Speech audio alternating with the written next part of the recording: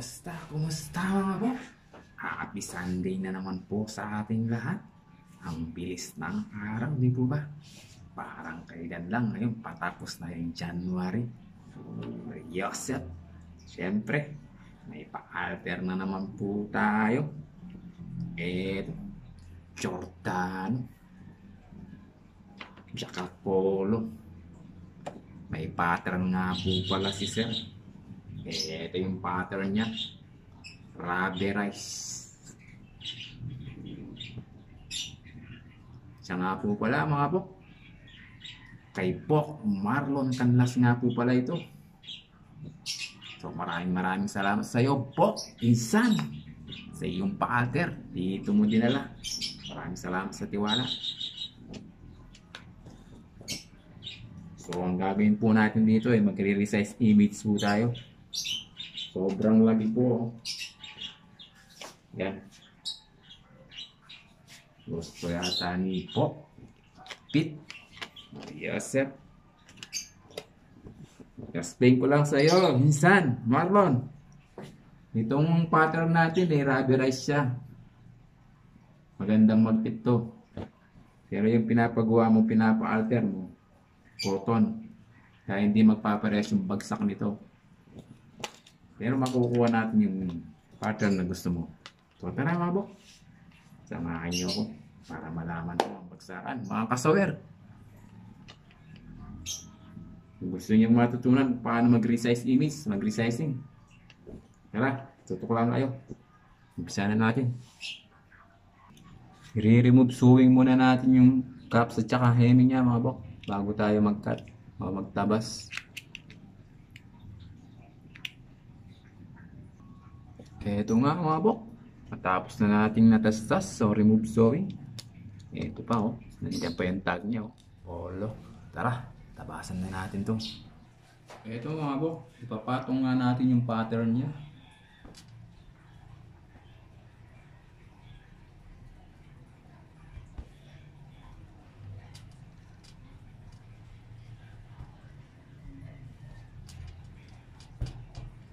So ayan mga kasower, kita nyo ba mga kasower? Ayan o. So magre-recut tayo dito sa bottom. Titira tayo ng 1 inches para sa fold ng hemming. So ayan.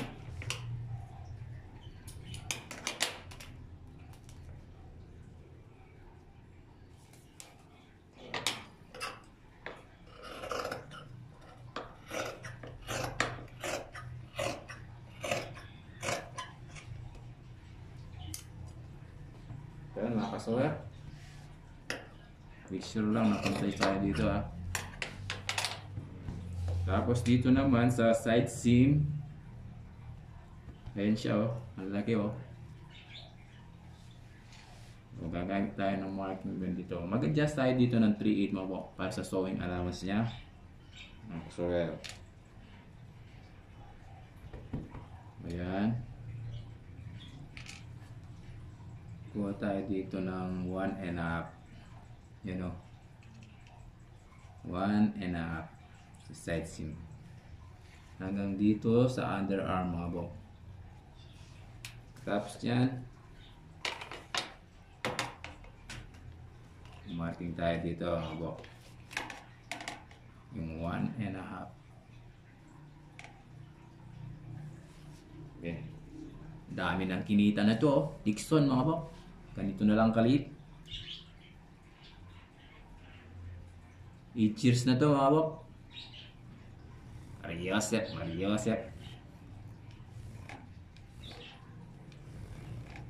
So ayan yung marking natin mga bok. So dyan tayo magre-recut.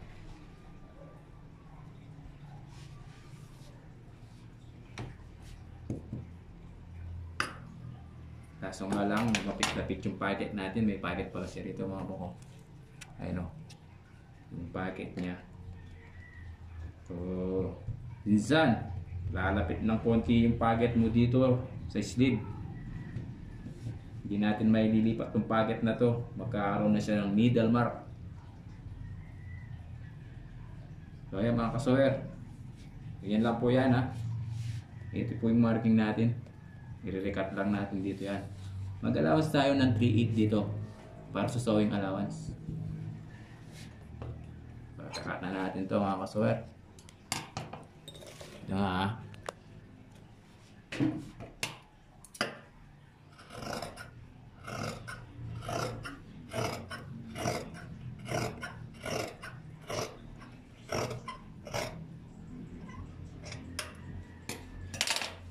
So dito mga kasower, pantay lang yung sleeve niya. Kaya hindi na tayo nagtanggal ng sleeve. Yung shoulder niya, hanggang sa sleeve niya, pantay lang siya. Oh. Kaya hindi na natin kailangan tanggalin yung sleeve. Mag-remove. Automatic na yan. Mahaba lang yung sleeve.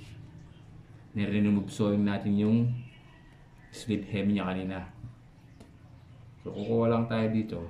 Katulad ng sa body hem, mag-a-adjust tayo ng 1 inches. Ayan o. Para sa sewing allowance niya ng fold sa hemming sleeve. So ayan, magkakat na naman tayo dito. Ayan nga mga kasower.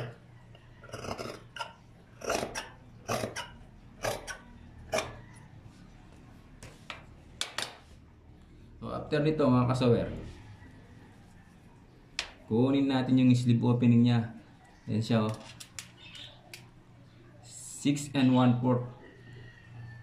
Mag 6 5/8 tayo. Para sa sewing allowance. Ayan. 6 5/8. So ito nga.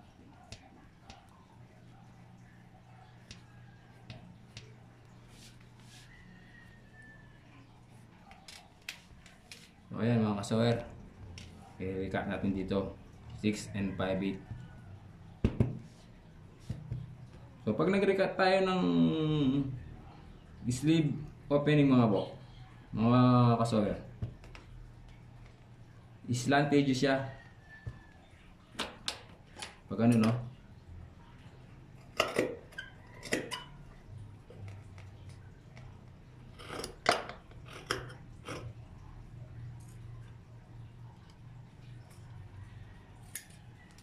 Mga po. Pag ano yung style niya. O tara mga kasower. Mga bok. Sewing na natin to. Tara. Samahan niyo ako. Ito nga mga bok. Sewing na natin to ha.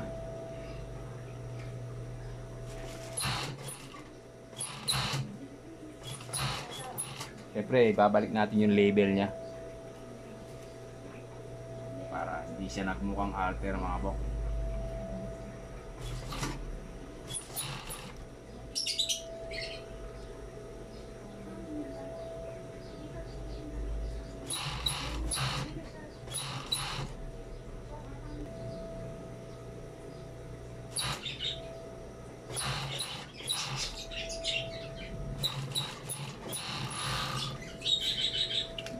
Na nga siya mga bok, natapos na siya sa overlock edging. Gawin naman natin dito.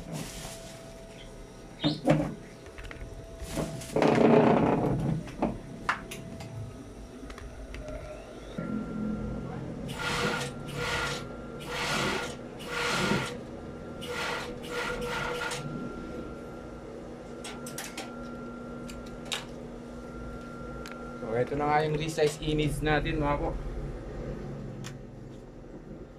Yung resizing, yung sobrang laki kanina. So ito yung pattern ni Sir oh. So ngayon kuha na natin. Ayan, tinatawag natin resize image mga bok. So ayan oh. So maraming salamat po mga bok sa panonood ng ating mga videos. Sa tiwala, maraming salamat po kay Mr. Marlon Canlas sa iyong pa-alter. Dito mo dinala.